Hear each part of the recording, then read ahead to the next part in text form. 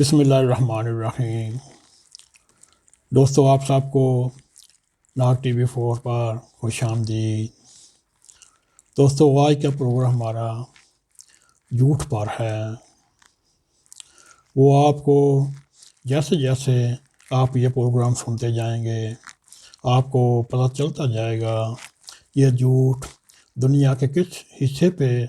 بولا جاتا ہے۔ دوستو، پرانے زمانے میں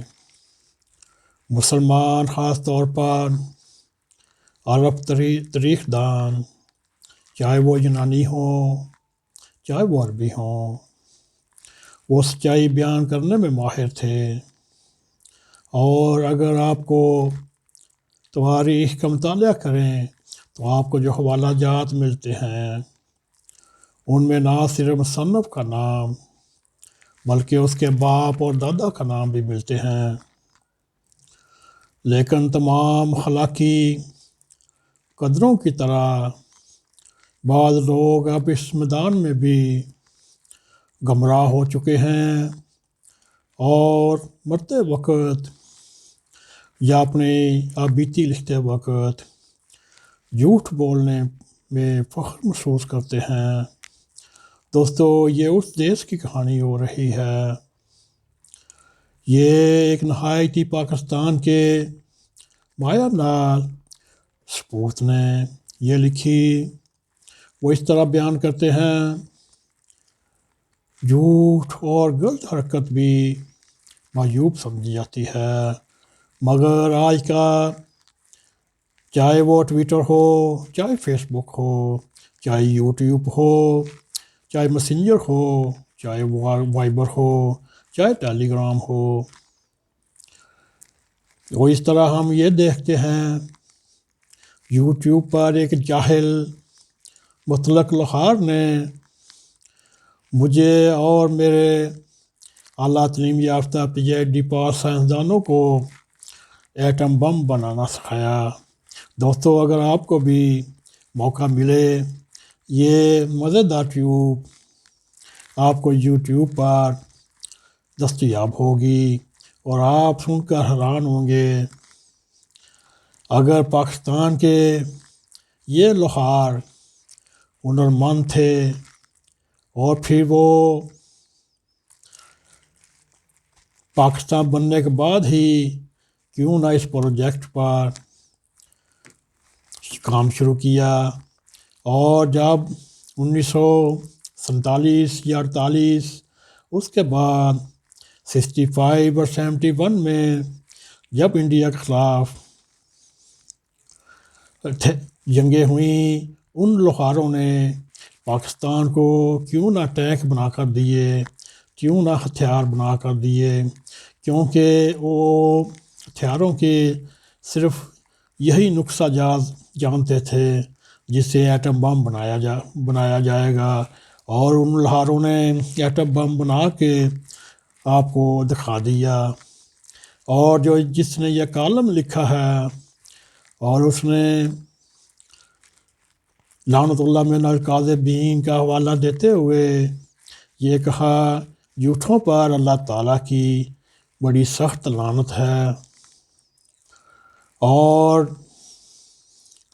ایک اور جھوٹ جس کو ایک انگریزی روزنامہ نے بہت چھالا وہ یہ تھا کہ کوٹا پلاننگ اور کامیابی میں مرحوم وزیر خارجہ ڈاکٹر مبشر کا نہایتی اہم کلیدی کردار تھا۔ جب میں پاکستان وہ آئے دوست اور بھٹو کے اسرار پر بیگم کی رضامندی حاصل کرنے کے بعد جب میں یہاں ٹھہر گیا تو اور اس پروجیکٹ پر کام شروع کیا تو اس وقت وزیر خارجہ جناب عبدالحفیظ پیرزادہ تھے۔ ڈاکٹر ملک مبشر کی معاشیت کو کمیائے کر تباہ و برباد کر بیٹھا تھا۔ ساتھ ہی یہ بتاتے ہیں اس بارے میں صرف ذوالفقار علی بھٹو، AGN قاضی آغا شاہی اور غلام اسحاق خان مرحوم کو معلوم تھا۔ دوستو، اس وقت تک چاروں یہ کردار تھے وہ خالق حقیقی سے جا ملے ہیں۔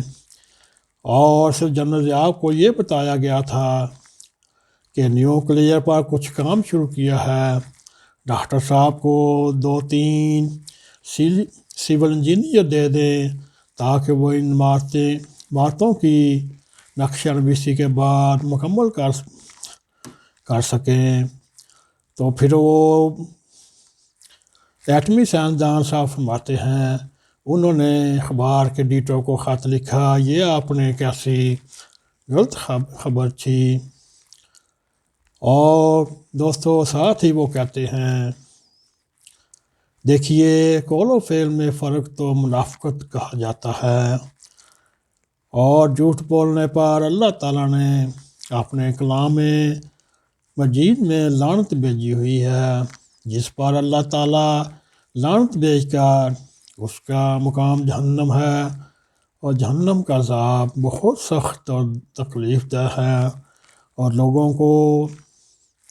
ان کے منہ، آنکھیں، ہاتھ، کان ان کے گناہوں کی شہادت دیں گے۔ دراصل اس کلچر ثقافت کے لعنت اس ملک میں بعض حکمرانوں نے شروع کی۔ دوستو یہ جب وہ بیان کر رہے تھے روز قیامت اللہ تعالیٰ کے سامنے آدمی کے منہ، آنکھیں، ہاتھ اور ناک ان کے گناہوں کی شہادت دیں گے، اللہ تعالیٰ نے ہمیں اس سے پہلے ہی اس دنیا میں دکھا دیا کیسے وہ آنکھیں بولتی ہیں، زبان بولتی ہے، ہاتھ حرکت کرتے ہیں، ناک، کان سب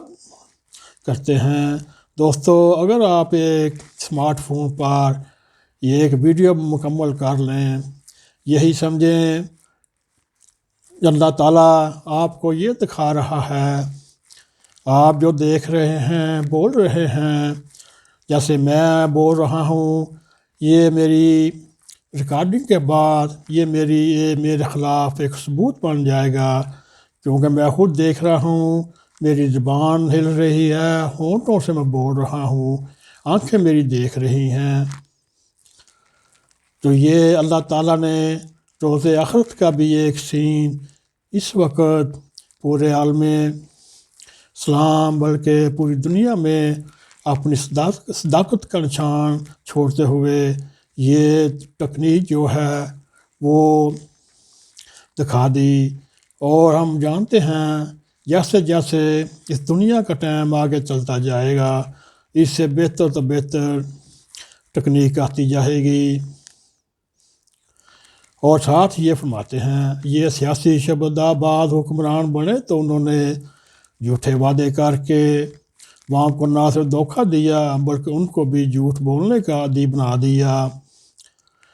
پچھلے حکمرانوں کو تو یہ سلسلہ کیا ہی تھا، مگر جو موجودہ حکمران جو ریاست مدینہ کے دعویٰ کرنے والے اور نظام اسلام نافذ کرنے والے اور مذہبی تنظیموں کو حوصلہ افزائی کرنے والے اور ان کو کھلا ہاتھ دینے والے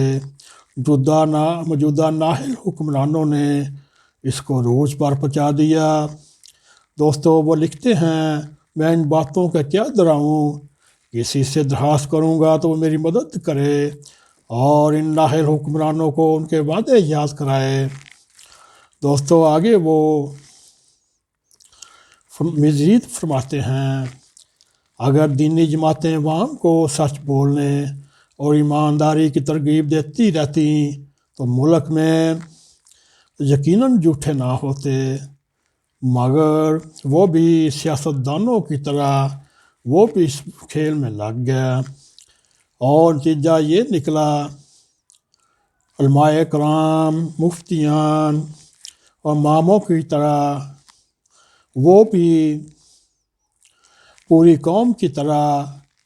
جھوٹ بولنے پر لگ گیا، اور اس وقت ملک میں سچ بولنے والوں اور ایمانداروں کی تعداد آٹے میں نمک سے بھی کم رہ گئی۔ دوستو یہ تھا ان کا جو نہایت ہی عظیم الشان پاکستان کی ہستی، وہ علماء کرام کے بارے میں کیا کہتی دوستو یہ ایک کھلی حقیقت ہے،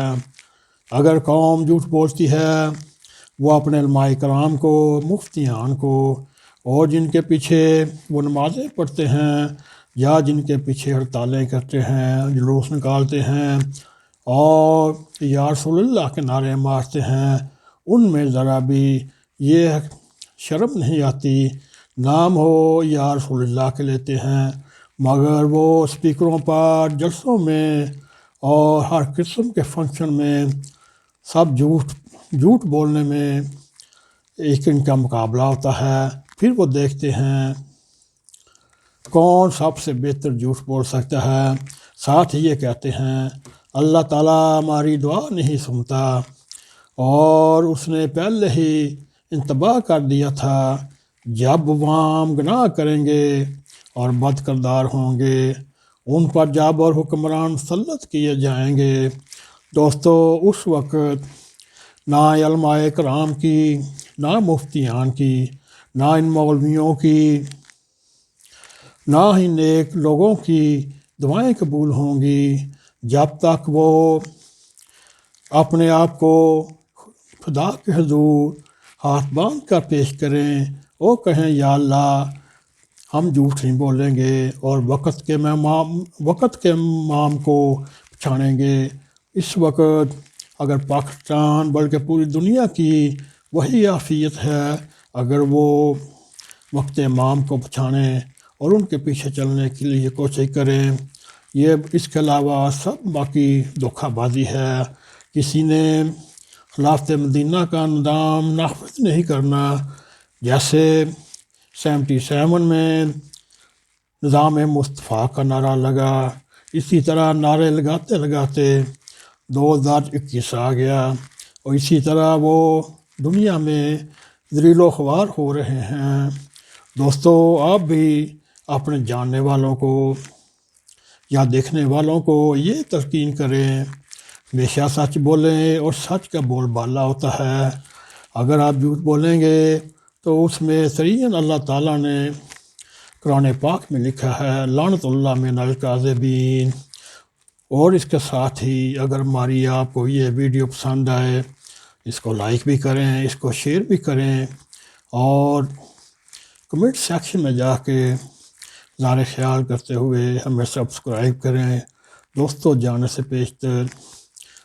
بیل آئیکن کو پش کریں تاکہ ہماری تازہ ویڈیو آپ تک پہنچتی رہیں۔ اس کے ساتھ ہی ہمیں اجازت دیں۔ السلام علیکم ورحمۃ اللہ وبرکاتہ۔